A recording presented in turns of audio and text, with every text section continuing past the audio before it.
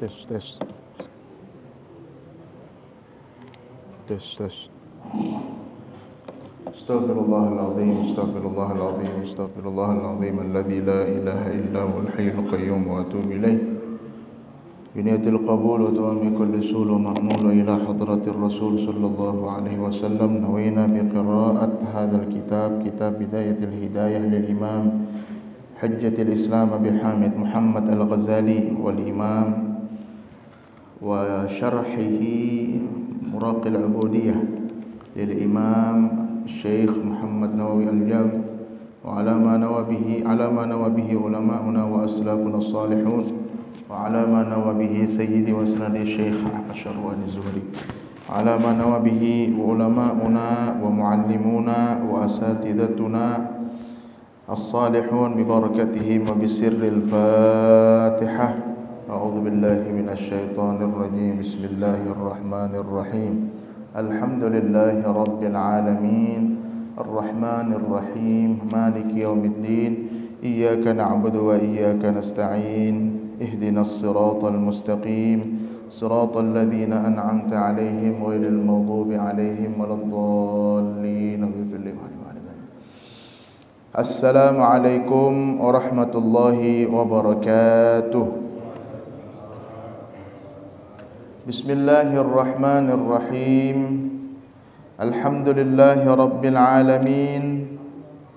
Wassalatu wassalamu ala ashrafil mursalin sayyidina wa habibina wa syafi'ina wa maulana Muhammadin wa ala alihi wa ashabihi wa barik wa sallim ajma'in. Rabbi shrah li sadri wa yassir li amri wahlul 'uqdatam min lisani yafqahu qawli. Qalu subhanaka la ilma lana illa ma 'allamtana innaka antal alimul hakim. Nawaitu at-ta'alluma wat ta'lim wan naf'a wal intifa' wal ifada wal istifadah wal hath 'ala at-tamassuk bi kitabillahi wa sunnati rasulih والدعاء إلى الهدى والدلالة على الخير ابتغاء مرضات الله وقربه وثوابه سبحانه. Jamaah kaum muslimin dan muslimat, Bapak Ibu yang dimuliakan Allah, pada kesempatan yang berbahagia ini kita memulai pengajian kita dengan memanjatkan puji syukur kehadirat Allah Subhanahu wa taala atas anugerah yang Allah berikan, nikmat yang Allah berikan, sadar atau tidak sadar, kecil maupun besar, kita berkewajiban untuk senantiasa memanjatkan puji syukur atas apa yang sudah Allah berikan kepada kita, walaupun syukur kita ini tidak sepadan dengan banyaknya nikmat yang Allah berikan. Karena Allah sendiri yang mengatakan wa in ta'uddu ni'matallahi la tuhsuha. Kalau kamu menghitung nikmat Allah, maka kamu tidak mampu untuk menghitungnya. Innal insana lazalumun kafar. Al-Quran mengatakan karena manusia itu adalah pelaku zalim, sangat berlaku zalim dan sangat kufur terhadap nikmat Allah. Makanya kita memperbanyak syukur bukan berarti kita menganggap rasa syukur kita itu sudah memadai atas nikmat yang Allah berikan kepada kita, akan tetapi sebagai bentuk tugas kewajiban kita sebagai hamba yang senantiasa diberi nikmat oleh Allah, yaitu memperbanyak bersyukur. Wa qalilum min ibadiyasy syakur, sedikit sekali hamba-hambaku yang banyak bersyukur. Oleh karenanya mari kita memulai dengan kembali memperbanyak rasa syukur kita kepada Allah Subhanahu wa taala.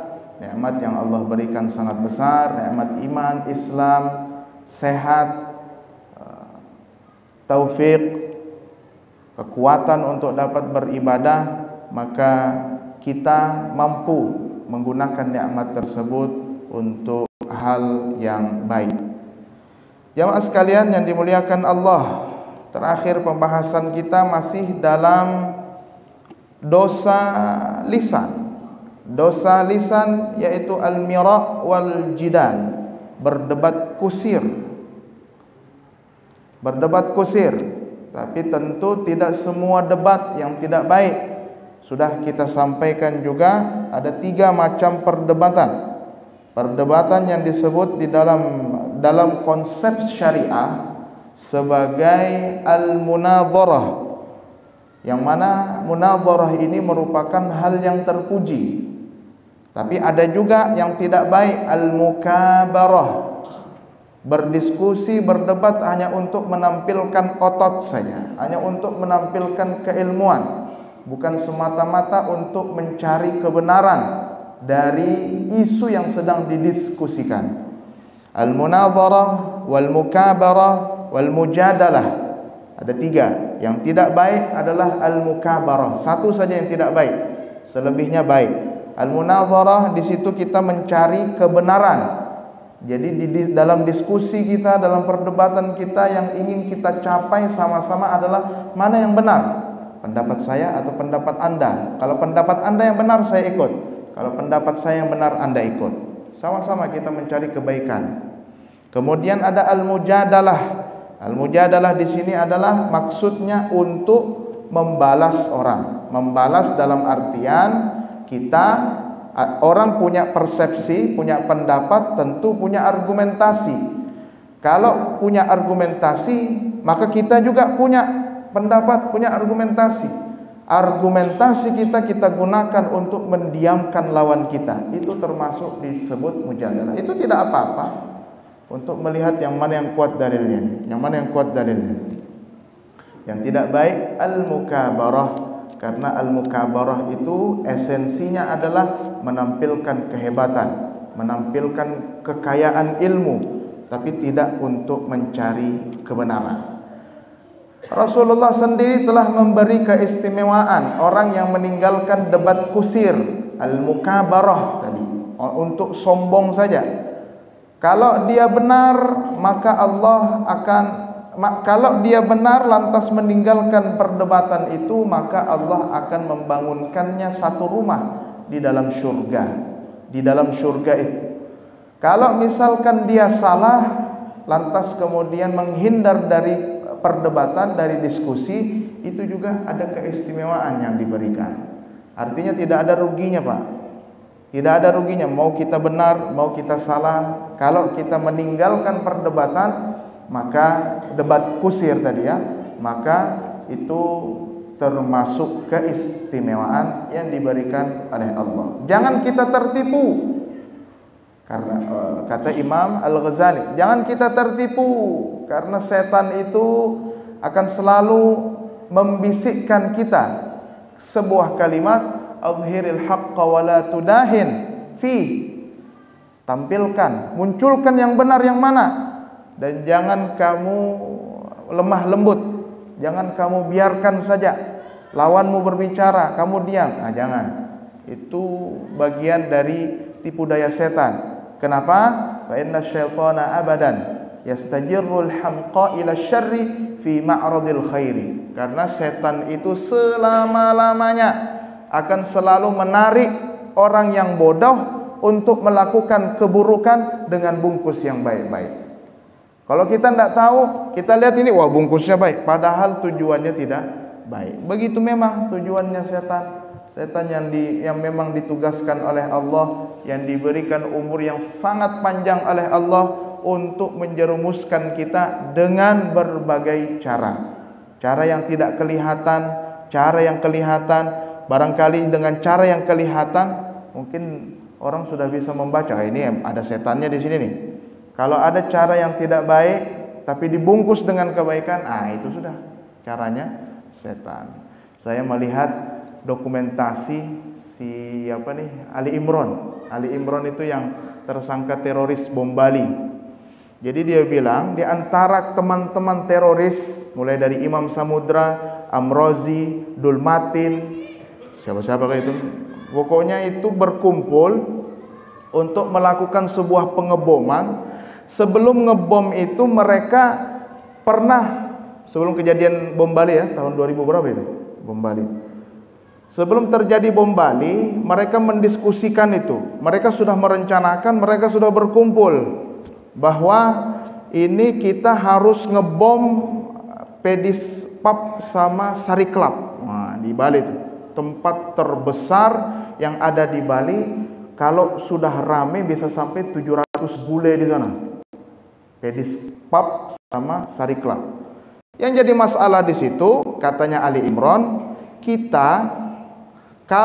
waktu kita berkumpul merencanakan pengeboman di dua tempat itu, si Mukhlas, kakaknya Ali Imran, dia mengatakan kita malu sama junior-junior kita yang dari berbagai belahan dunia, yang sudah berhasil kita doktrinasi untuk melakukan pengeboman di masing-masing negaranya. Mereka sudah melakukan misi-misinya, lah kita ini guru-gurunya kok belum ada melakukan pengeboman. Oh, berarti ada unsur gengsi-gengsian. Ada unsur gengsi-gengsian di situ. Nah, akhirnya yang terjadi setelah pengeboman itu, mereka memang disebut berhasil, tapi di balik itu semua banyak sekali kegagalan-kegagalan yang mereka alami sebelum sampai pada tragedi besar itu. Tapi yang jelas begitulah setan. Kita kembali bahwa setan itu akan selalu menarik orang-orang bodoh untuk melakukan keburukan dalam bungkus yang baik.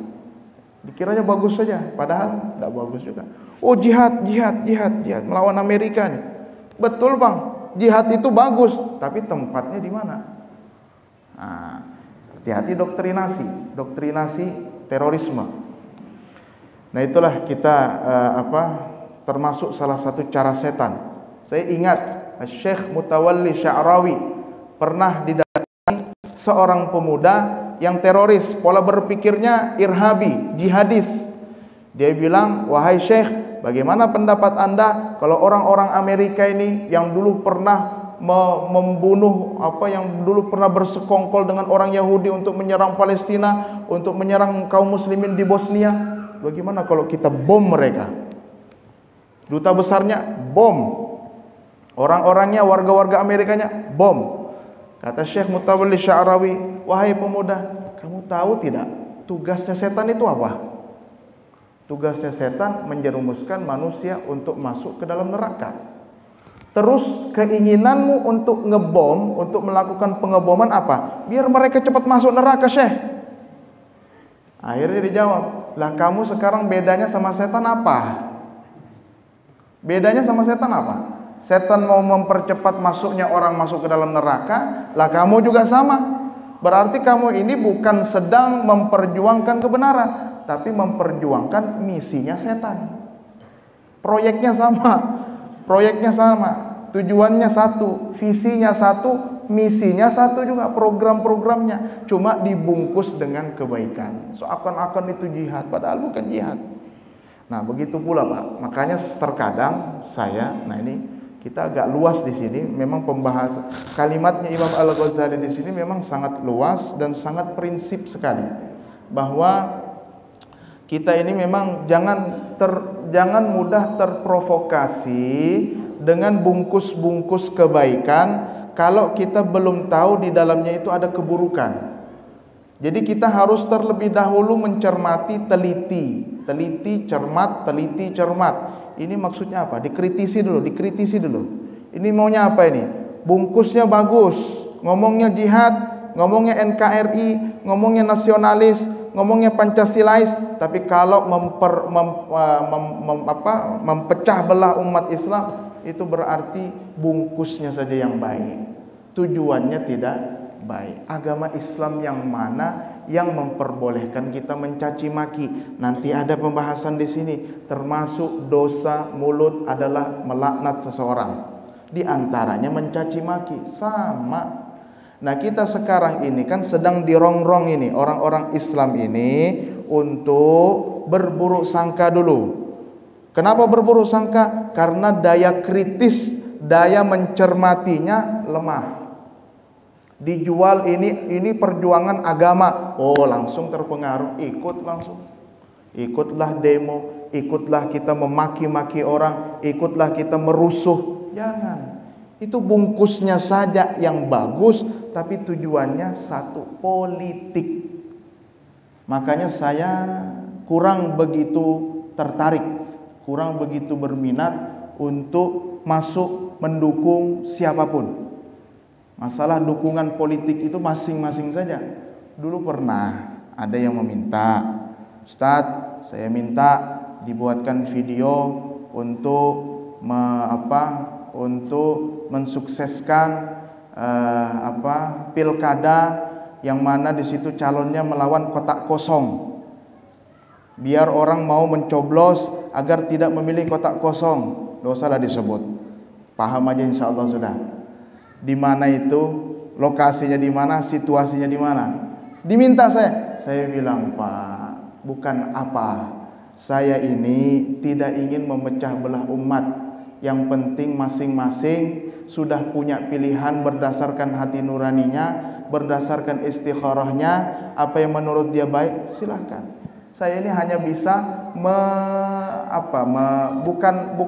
saya itu tidak ingin membuat situasi bertambah kacau. Udah masing-masing aja. Diminta sini, diminta situ. Ustadz bikin video, Ustadz. Nanti pian berbicara, nggak usah lama-lama, 1 menit saja, mendukung bahwa pencalonan tidak boleh dengan tidak boleh mencoblos kotak kosong, hukumnya haram. Wah, minum dulu nah, panas juga gitu mendengar kayak itu. Jangan mencoblos kotak kosong, pilih yang ada calonnya. Saya bilang, saya tidak bisa dibuat seperti itu, Pak. Saya tidak bisa dibuat seperti itu. Silahkan mau pilih siapa, yang penting kita tetap akur. Sudah, ini kan masalah politik 5 tahun habis. Iya kalau 5 tahun, kalau ditangkap KPK tidak sampai. Selesai cerita. Situ-situ aja mutar, situ-situ aja mutar. Apalagi orang-orang kalau masih hidup ini akan mudah terjangkit fitnah. Entah fitnah apakah nanti. Akhirnya yang sudah terekam dalam media, dalam rekaman digital itu akan selalu diingat orang, akan selalu ditonton orang. Oh ini sekarang ini orangnya yang didukung ini sekarang sudah melakukan korupsi. Ini pendukungnya nih. Padahal kan kita waktu rekaman kan dia masih bersih-bersih saja misalkan. Kan artinya apa? Orang yang hidup itu tidak terbebas dari fitnah. Kalau mau dukung orang yang sudah mati aja. Dukung orang sudah mati, tidak ada lagi fitnahnya. Tidak ada lagi fitnahnya itu lebih selamat. Jadi kalau saya Pak mau pian suruh ikut anu, saya bilang lebih baik kita akur aja sudah. Masalah pilihan siapa, masing-masing istikharah. Karena orang sekarang ini kan bagaimana dukungannya bisa jadi, yang penting dengan cara apapun jadi. Mau pakai dalil Quran, hadis kan dipakai. Oh, kesepakatan para ulama harus begini. Oh, berarti pilihan kita harus ke sini. Ngalih bos saya. Ngalih bos. Jadi barangkali dulu pernah saya cerita sudah. Kisah waktu masih rame-ramenya kontestasi pemilihan kepala daerah. Pemilihan kepala daerah. Jadi saya bahasanya umum ya, ini tidak anu. Pemilihan kepala daerah. Terus ada orang waktu saya lagi singgah cuci motor. Jadi Pak Ustadz, apa kabar Pak Ustadz? Ini basa-basi nih. Kita belum ada curiga lagi. Pak Ustadz, apa kabar? Oh sehat Bu, sehat. Anu Pak Ustadz, siapa pilihan kita nanti nih? Wah, langsung itu katodongannya. Siapa pilihan kita nih? Saya bilang, saya terserah masing-masing. Saya punya pilihan, cukup saya yang tahu. Karena hasil istikharah saya ini yang bagus. Tidak saya sebut. Ini yang bagus. Hasil istikharah saya. Tidak saya sebut siapa. Ustadz, itu nah Ustadz, bagus Ustadz. Wah, ditunjuknya kan rumah tim ses. Tuh Ustadz, bagus tuh Ustadz. Pilih itu Ustadz. Saya tinggal di situ kebetulan. Oh, itu rumah ibu ya? Iya, Ustaz. Itu bagus, Ustaz. Kesejahteraan, pendidikan, kesehatan, ekonomi. Saya oh iya kan aja. Terus tidak lama dia bilang, Ustaz, ini dekat bulan Ramadan. Kira-kira, nah di sini yang saya tidak enak ini. Saya sudah berupaya untuk menjaga perasaannya dia. Tapi kemudian di sini yang dia saya kira terpeleset dia di sini. Dia bilang begini, Ustaz, bagaimana Ustaz kalau bulan Ramadan itu kami undang pian buka puasa bersama dengan salah satu calon kita langsung di tempat kami ini Ustaz, di rumah saya ini. Saya bilang oke, bisa aja, enggak apa-apa. Saya bilang, saya prinsip saya tidak memilih siapapun, yang jelas apa yang diminta ya bismillah. Selagi saya tidak mengarahkan orang untuk memilih siapapun, enggak. Saya bilang oke, bisa saja, diatur aja waktunya Bu. Saya bilang. Jadi dia bilang lagi, berapa honornya Ustaz? Nah ini maka jadi saya bilang, Bu, saya ini berdakwah bukan mau jualan. Saya ulang lagi, saya ini Bu berdakwah bukan mau jualan. Kalau mau undang kita atur. Kalau saya bisa saya masuk, kalau tidak bisa saya tidak bisa. Kalau masalah honor berapa, saya tidak jualan, saya hanya mau dakwah. Habis itu diam sudah. Maka lantih benar orangnya. Lantih benar. Cocok jadi tim ses itu cocok. Cocok jadi tim ses memang. Banyak memang godaan-godaan kayak itulah. Tapi yang jelas kita harus tetap mengedepankan. Silahkan berpolitik, tidak salah. Silahkan berpolitik, silahkan yang mau mencalonkan diri menjadi anggota DPR, DPRD, DPR RI, DPD, silahkan, tidak dilarang. Masing-masing punya kompetensinya untuk sampai ke sana. Tapi tetap yang kita jaga adalah kepentingan bersama, kondusivitas, selalu aman, jangan sampai itu menjadi kacau. Itu yang tidak kita inginkan. Karena banyak sudah pelajaran kita Yaman. Apa yang terjadi? Oh, Sunni Syiah Ustaz, bukan Sunni Syiah. Oh, yang terjadi di Syria itu Sunni Syiah, bukan Sunni Syiah. Tidak, bukan Sunni Syiah itu seperti di Yaman. Seperti di Yaman, presiden yang dilengserkan otoriter 30 tahun, 32 tahun menjabat, itu dilengserkan. Naik wakil presidennya, dia sakit hati dia mau menggunakan partainya untuk kembali naik menjadi presiden. Sudah tidak ada kepercayaan dari masyarakat. Akhirnya apa? Orang-orang yang bersenjata yang digunakannya untuk kendaraan. Kacaulah negara kalau begitu. Kacau negara. Sunni kebetulan yang dipakai, kelompok bersenjata yang ditunjuk oleh presiden yang dilengserkan itu adalah Syiah, Houthi Syiah. Yang dilawan wakil presiden yang naik menjadi presiden orang Sunni. Udahlah dibenturkanlah bubuhannya ini Sunni dengan Syiah. Padahal lain, masalah kursi juga, politik juga. Coba, pergi takbir, padahal bukan takbirnya, politiknya, masing-masing punya kursi. Mau satu orang kecewa yang tidak bisa naik, maka kemudian memperalat orang-orang bersenjata. Diamankan senjata Pak, AK-47 itu bebas dijual. Kita pergi ke warungnya kampus, atau ada dua, warung kampus yang di dalam, ada warung yang biasa di depan kampus kami di Tarim itu. Itu orang datang mau makan mie saja, mau makan roti, mau minum teh saja, AK dibawanya. AK dibawanya Pak. Maka ditaruhnya pulang begini. Pas kita di hadapan situ makan. Jadi kita ini habis nyawa di sini.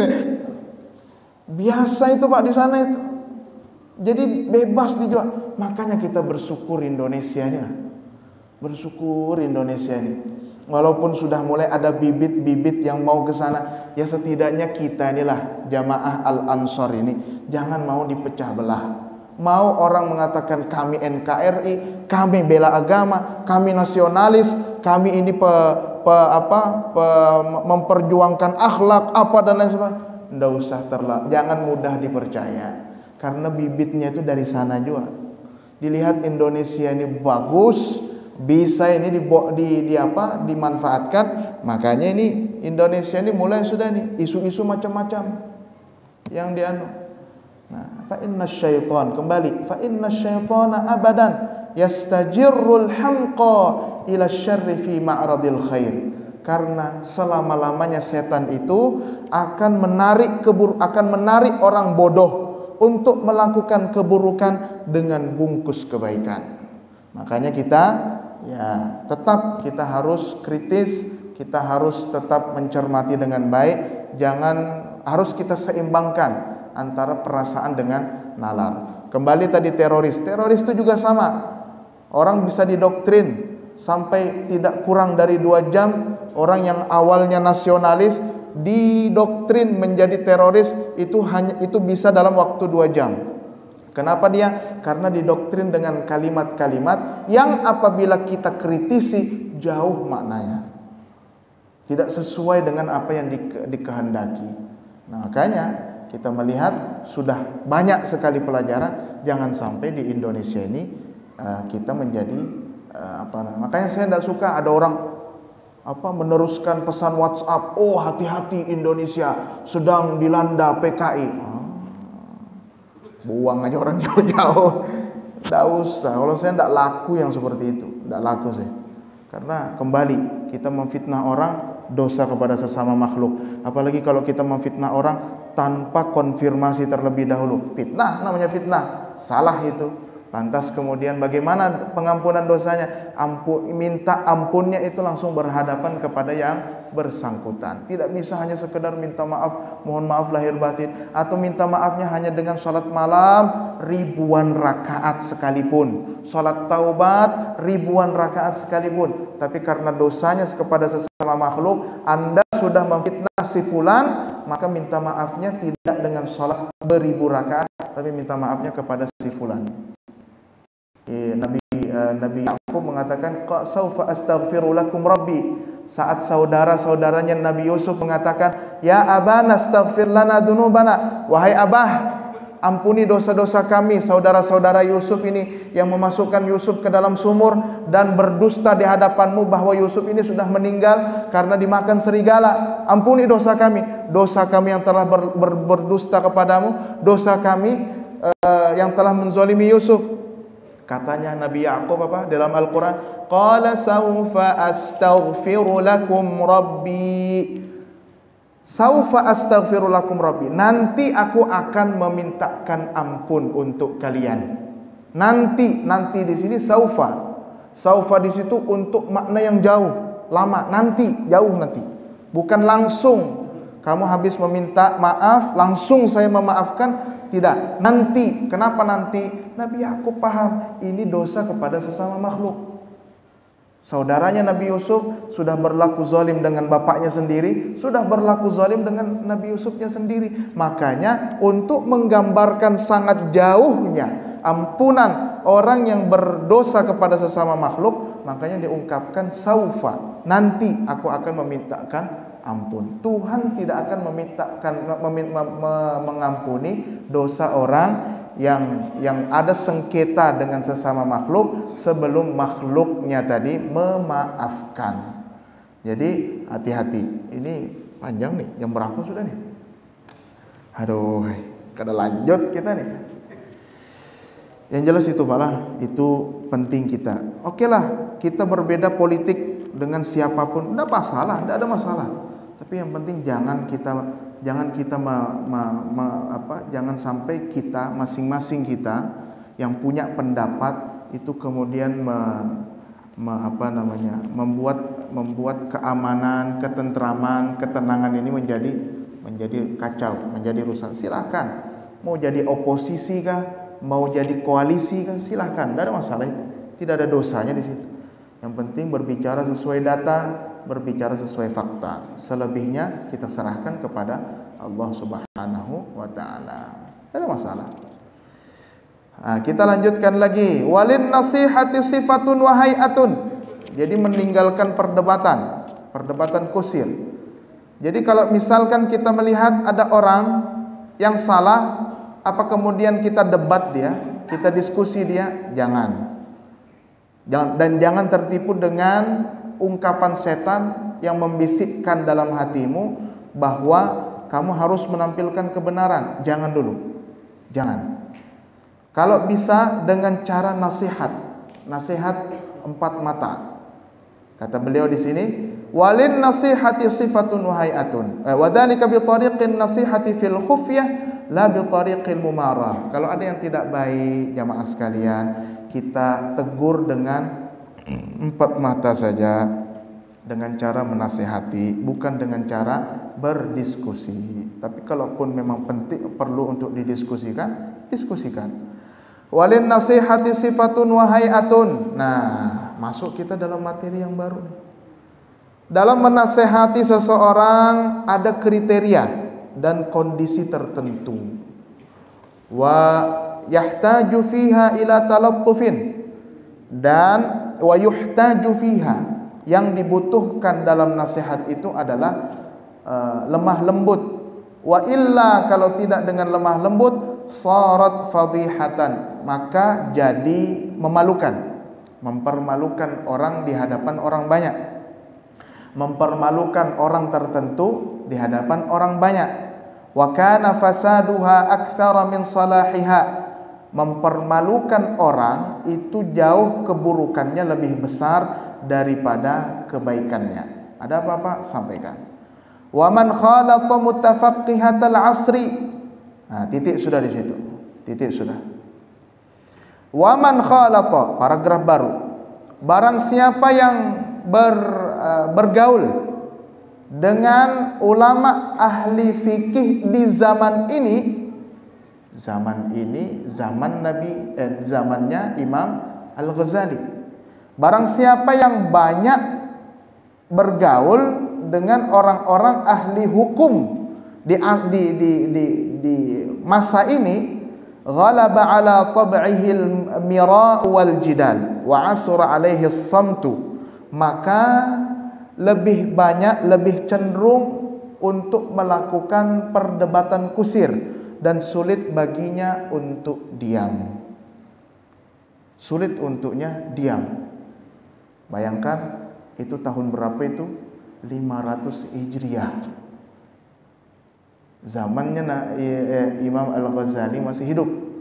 Nah, sekarang ini 1443. Yang ahli hukum belajar dia fikih. Nah, belajar dia fikih, bukan ahli hukum saja, pokoknya dia punya pengetahuan tentang fikih, dia belajar, yang ada dalam dirinya adalah kecenderungan untuk berdebat dengan orang.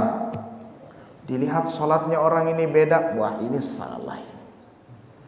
Dilihat batisnya orang ini tidak lurus kalau berdiri, wah ini salah ini. Kan ada kecenderungan untuk berdiskusi. Ini zaman Imam Al-Ghazali 1000 tahun yang lalu. Nah sekarang tambah banyak, bertambah banyak. Ghalaba alaihi al-mira'u wal jidal. Orang yang selalu orang yang berkecimpung dalam dunia hukum itu cenderung untuk berdebat dan sulit untuk diam.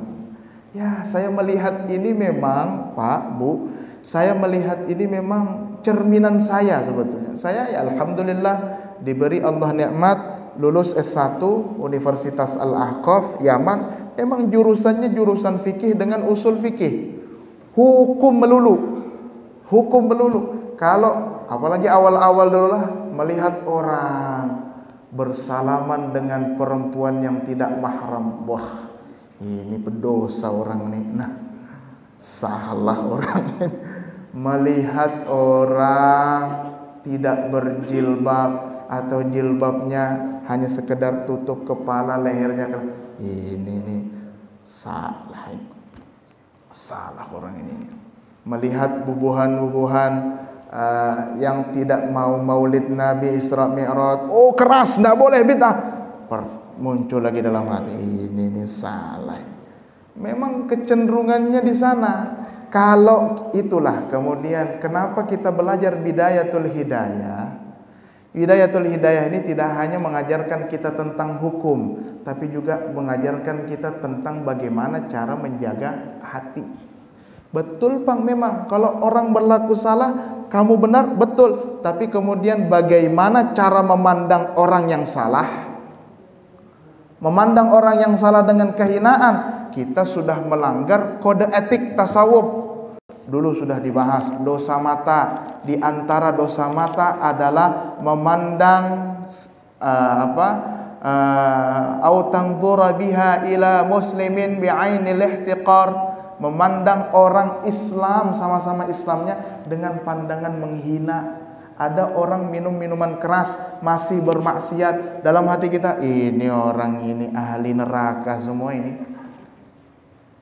Pandangannya pandangan menghina. Salahkah mereka? Salah. Tapi cara kita memandang hina mereka itu lebih salah. Jadi bagaimana tasawuf mengajarkan kita? Pandang dengan pandangan kasih sayang. Kasihannya Bang, orang ini masih dia bermaksiat kepada Allah. Mudah-mudahan Allah beri hidayah. Kasihannya Bang, orang yang belum rapi berjilbab itu. Mudah-mudahan Allah kasih hidayah. Itu gunanya ngaji tasawuf. Semata-mata ngaji fikih melulu kita menyalahkan orang. Melulu bacaan Al-Fatihah salah-salah, bah ini kada sah salatku nih. Hadang dulu, pelan-pelan dulu. Masih ada perbedaan lagi, masih ada celah di sana. Betul dia salah, tapi memandang orang salah dengan pandangan menghina itu lebih salah. Rusak hati kita. Rusak hati kita. Nah itu kembali kode etik tasawufnya salah. Barang siapa yang bergaul dengan orang-orang yang berkecimpung di masa kami ini, maka lebih banyak kecenderungannya untuk berdiskusi, kusir, berdebat kusir. Ini kenapa? Kada ada bel anunya, tet. Oh belum kan? Kalau Bang rusak nih. Oh, ya. Atau sudah kah? Barang siapa yang bergaul dengan orang-orang yang berkecimpung dalam dunia hukum di zaman saya ini, kata Imam Al-Ghazali, 500 atau abad keempat Hijriah, karena beliau meninggalnya 505, masih permulaan, berarti masih masuk dalam akhir abad keempat. Akhir abad keempat, maka kecenderungannya adalah berdebat, debat. Wa asura alaihi samtu, sulit diam. Diamnya sulit, merasa berilmu tuh Bang. Merasa berilmu. Aduh. La ilaha illallah. Idz alqa ilaihi ulama usu anna dzalika huwal fadlu wal qudrah. Idz karena alqa ilaihi ulama usu, ulama-ulama yang tidak baik mengajarkan kepadanya anna dzalika, bahwasanya berdebat kusir itu adalah huwal fadlu wal qudratu alal mahaj, huwal fadlu, bahwa berdebat kusir itu adalah sebuah prestasi. Mulai zaman Imam Al-Ghazali sudah ada orang yang menyampaikan bahwa berdebat itu adalah sebuah kebaikan, prestasi. Banyak debat, banyak prestasi. Kurang debat berarti ketinggalan zaman. Salah itu. Zamannya Imam Al-Ghazali, belum zamannya Pak Jokowi inilah. Zamannya kita para ulama kita nih jauh. Makanya kita belajar hukum Pak, kita belajar hukum, satu lagi prinsip, jangan ketujuh menyalahkan orang. Betul kita punya ilmunya, kita menganggap orang salah, oke, biarkan dia. Kalau bisa ditegur, tegur dengan cara yang baik, nasihat tadi.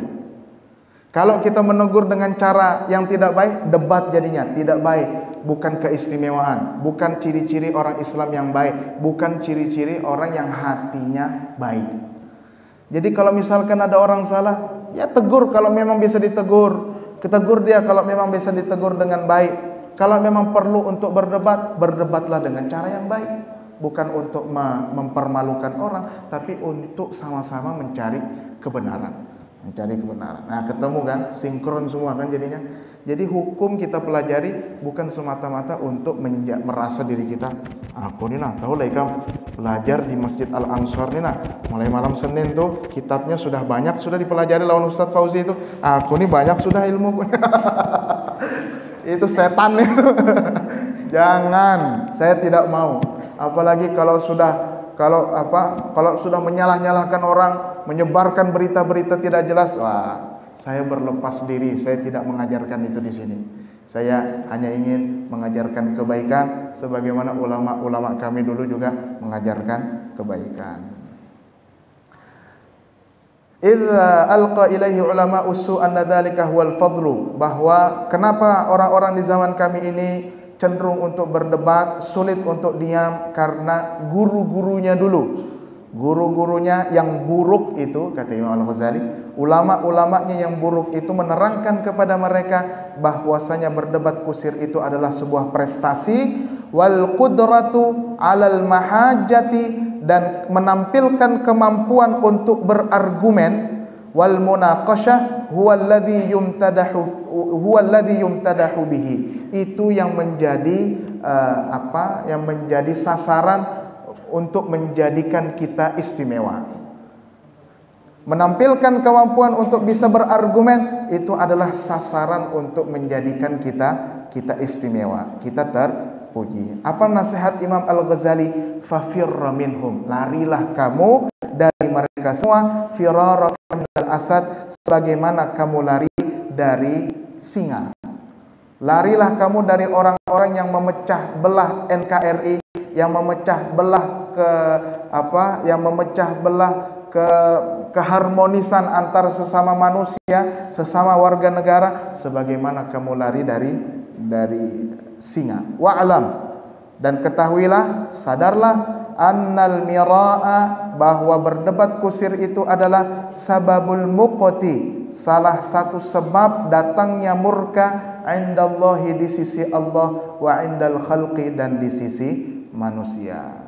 Nah, itu merupakan, dan ini hadisnya ada nih. Kalau kita berdebat kusir, tidak perlu berdebat, tapi kemudian kita ngotot untuk berdebat, maka itu merupakan sebuah tanda bahwa kita ini sedang jauh, atau Allah berpaling dari kita. Kalau orang itu mendapatkan murka, berarti dia sedang jauh dari rahmatnya Allah. Oleh karenanya, jauhi berdebat, perbanyak diam. Saya walaupun belum bisa 100% diam, tapi setidak-tidaknya dengan mengikuti arahan para guru-guru, mengikuti arahan apa yang saya baca, kitab-kitab para ulama, sekarang lebih banyak diamnya daripada dulu. Membeli kitab 10 juta aja wani hanya untuk menjawab, berdebat, berdiskusi. 10 juta tahun 2008 10 juta beli kitab berlemari-lemari hanya untuk bisa berdebat dengan orang. Tapi sekarang sudah ampih, sudah munyak, kecuali kalau memang gerigitan lawan orang, sudah tidak bisa ditahan. Kalau memang ada yang dilihat ini kerusakannya akan lebih besar kalau didiamkan, maka mau tidak mau kita maju. Tapi kalau misalkan orang hanya semata-mata ya berbicara kecil begitu saja, adalah tidak perlu ditanggapi. Habis waktu kita. Jamaah kaum muslimin dan muslimat yang dimuliakan Allah Subhanahu wa taala, rencananya malam ini mau saya ambil sama materi yang kelima, yaitu salah satu dosa mulut adalah sering memuji diri. Nah, tapi karena kayaknya asik malam kita tadi ini membahas masalah teroris, jadi ada sempat lagi kita membahas yang itu. Mudah-mudahan kita dipanjangkan umur, sehat walafiat. Bertemu minggu depan kita akan lanjutkan kembali nasihat Imam Al-Ghazali dari kitab Bidayatul Hidayah. Sebelum saya tutup, barangkali ada pertanyaan.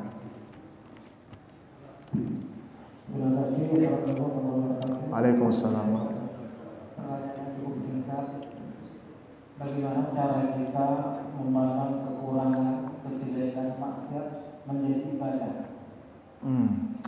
Bagaimana lihatnya? Ya. Bagaimana prakteknya? Ya. Jadi seperti yang saya sampaikan tadi, memandang kemaksiatan, pertama, jangan meremehkan pelaku maksiat, tidak boleh. Beda memandang remeh kemaksiatan, memandang remeh pelaku maksiat, itu dua hal berbeda. Ada orang yang melakukan kemaksiatan, ada orang yang masih pakai tato, ada orang di tengah jalan, kita lihat mereka minum-minuman, kita lihat anak-anak muda berpacaran, jangan dibenci orangnya, tapi dibenci maksiat yang dia lakukan. Benci kemaksiatan yang dia lakukan, jangan benci orangnya. Apa bedanya Ustaz? Sama-sama juga? Tidak sama Pak, beda. Kalau kita memandang pelakunya, maka sekalipun pelaku itu sudah baik, kita akan tetap benci sama dia. Tapi kalau kita memandang perbuatannya, maka kalau perbuatan tidak baik kita tidak suka, perbuatan yang baik maka kita menjadi suka. Oh, perbedaan kontras sekali itu. Jadi yang dipandang pada saat kita melihat orang bermaksiat, jangan pandang orangnya, tapi pandang kemaksiatannya. Kalau kita memandang kemaksiatannya, berubah kemaksiatan itu menjadi sebuah ketaatan, kita suka. Kalau pelakunya kita lihat, sebaik apapun pelakunya setelah dia melakukan kemaksiatan, kita tetap tidak suka. Makanya kalau ada orang sudah bagus, lantas perasaan kita masih tidak suka sama dia, berarti kita harus memperbaiki pola pandang kita. Yang kita pandang selama ini kemaksiatannya dia kah, atau dianya yang tidak kita suka. Satu. Yang kedua, cara kita agar kita memandang kemaksiatan itu menjadi ibadah, yang tadi saya sampaikan. Jadi yang pertama tadi menambahkan yang tadi saja. Yang kedua ini seperti yang tadi saya sampaikan, bahwa memandang kemaksiatan bukan memandangnya dengan remeh. Pelaku maksiat tidak boleh dipandang dengan remeh, karena itu merupakan perusak hati kita. Tapi pandanglah orang yang berlaku maksiat dengan pandangan kasih sayang. Kasihannya orang ini ya Allah, dalam hati nih, kasihan orang ini masih belum mau sholat, kasihan orang ini masih durhaka dengan kedua orang tua. Ada upaya kita untuk, kalau kita bisa untuk merubah, ubahlah dengan cara yang baik. Kalau tidak bisa, setidak-tidaknya pandangan kita kepada dia, gunakan pandangan kasih sayang, bukan pandangan untuk sekalipun dia penista misalkan. Ini orang menistakan agama misalkan, mengejek-ngejek agama, emosi kita, jangan dulu emosi. Pandanglah kemaksiatan itu bukan dengan membenci pelakunya, tapi pandanglah kemaksiatan yang dia lakukan. Kadang kita terbawa emosi sehingga orangnya yang kita pukuli. Ada maling helm, datang pukuli, pang. Salah itu jauh lebih salah lagi sudah. Jauh lebih salah lagi. Malingnya salah, perbuatannya salah, tapi jangan lantas kita merendahkan pelakunya, apalagi sampai memukuli. Itu jauh banget sudah, itu terlalu jauh sudah. Barangkali si maling tadi ini bertaubat, lantas diterima taubatnya oleh Allah, berubah dia jadi wali. Pian kada jadi wali, jadi wala aja. Iya bisa jadi Pak. Coba saudaranya Nabi Yusuf, apa yang dia lakukan? Berdusta dengan bapaknya. Bapaknya saja diburuk sangkai. Yang kedua, bersekongkol untuk mencelakakan saudaranya Nabi Yusuf dengan Bunyamin. Nabi Yusuf saja, anggaplah Nabi Yusuf dulu ya. Baru kemudian merasa, ada lagi dosanya, merasa tidak salah dengan apa yang mereka lakukan. Terus Allah menjadikan mereka, dalam kitab Durratun Nasihin ada riwayat menyebutkan bahwa mereka ini menjadi nabi, 11 itu. 11 saudaranya Nabi Yusuf itu jadi nabi semua, menurut salah satu riwayat yang disebutkan dalam kitab Durratun Nasihin. Artinya apa? Bisa jadi orang yang banyak betul salahnya, lantas kemudian Allah angkat derajatnya karena Allah terima taubatnya. Bisa jadi. Makanya di dalam Al-Quran kata Nabi Yusuf dalam mimpinya apa? Inni ra'aitu ahada asyara kaukaba. Aku melihat 11 bintang. Bintang itu perumpamaan yang baik. Saudara-saudaranya itu bintang itu. Kenapa? Ya karena di kemudian hari saudara-saudaranya jadi nabi, walaupun ada prosesnya. Oh banyak kisahnya kalau itu Pak, banyak kisahnya. Habis sampai subuh kayaknya kita berkisahnya. Ya, ya Pak, barangkali itu memandangnya pandangan pertama, jangan membenci. Silahkan membenci maksiat boleh, tapi jangan benci pelakunya, karena pelakunya itu yang buat Allah. Kalau kita membenci pelakunya buatan Allah, berarti kita membenci Allah. Yang kedua, kita harus memandang mereka dengan pandangan kasih sayang, bukan pandangan meremehkan. Sekalipun penista agama, sekalipun orang kafir, kita harus tetap, bahkan dilarang kita mendoakan laknat kepada orang kafir yang belum meninggal. Barangkali diberi hidayah sama Allah. Nanti ada pembahasannya. Nanti ada pembahasannya. Sabar. Sabar, ada pembahasannya. Oh ya. Kalau seperti Arab Saudi, Ya. kalau kita melalui haji, kalau kita melihat sesuatu, misalnya orang pecah kakinya, kita kasihan itu juga pecah. Kalau kita hanya kasihan saja, kita pecah kaki kita. Maksudnya? Karena ada orang pecah kakinya berdarah. Oh. Dalam hati kita kasihan kakinya pecah, kita pecah kita. Ramai dia. Kalau kasihan enggak. Kalau saya sih sambat dalam hati itu yang bahaya. Ada orang kenapa? Orang ini beheraan terus, beheraan habis itunya. Itu terjadi, Pak. Terjadi. Itu beda lagi babnya Pak Haji. Itu namanya ketulahan lawan Masjidil Haram. Masjid Nabawi sama. Ada dulu jamaah kita, enggak usah disebut namanya ya. Ada jamaah kita dulu, saya yang bawa waktu umroh 2018. Izin waktu itu saya enggak bisa naik, enggak bisa Jadi dia merasa waktu di Masjid Nabawi, hotel itu dekat dengan masjid. Hotel itu dekat. Dengan gerbangnya pun dekat sekali. Jadi perasaan, ini kayak di Makkah nih. Kalau Makkah agak jauh sedikit hotelnya. Kalau ini dekat aja sama masjid. Jadi enak aja, kita aku enggak perlu lagi ada yang menuntun, enggak perlu lagi ikut Ustadz Fauzi lagi. Ada sombong dalam hatinya. Karena ulun mengantar biasa. Pembimbing mengantar. Sekali di Madinah ada muncul rasa itu. Akhirnya kita ada agenda jam 10 pagi waktu Madinah, kita mencari orang tua ini tidak ada. Mencari orang tua ini tidak ada. Sekali pas jam 11 di depan masjid, di arah sananya Masjid Nabawi, kita ketemu orang ini. Mulai subuh sampai jam 11 baru ketemu. Kenapa ya? Aku kada tahu jalan bulik. Mulai jam 7 sampai jam 10 sudah tidak sarapan. Bibirnya pecah. Musim dingin. Aku kada Ustaz, kada ketemu jalan bulik. Saya sudah mulai curiga, tapi tenang-tenang dulu kondisi. Sudah kondusif, diberi makan, sudah mandi, sudah tenang, bawa jalan-jalan sudah, baru kita tanya, apa pian pikirkan tadi pagi? Aku merasa bahwa kada perlu lagi ikut orang pergi ke Masjid Nabawi. Sombong. Itu lain babnya itu. Barangkali ini yang dapat disampaikan. Mudah-mudahan yang disampaikan bermanfaat untuk kita semua. Saya akhiri, wallahul muwaffiq ila aqwamit thoriq. Wassalamualaikum warahmatullahi wabarakatuh.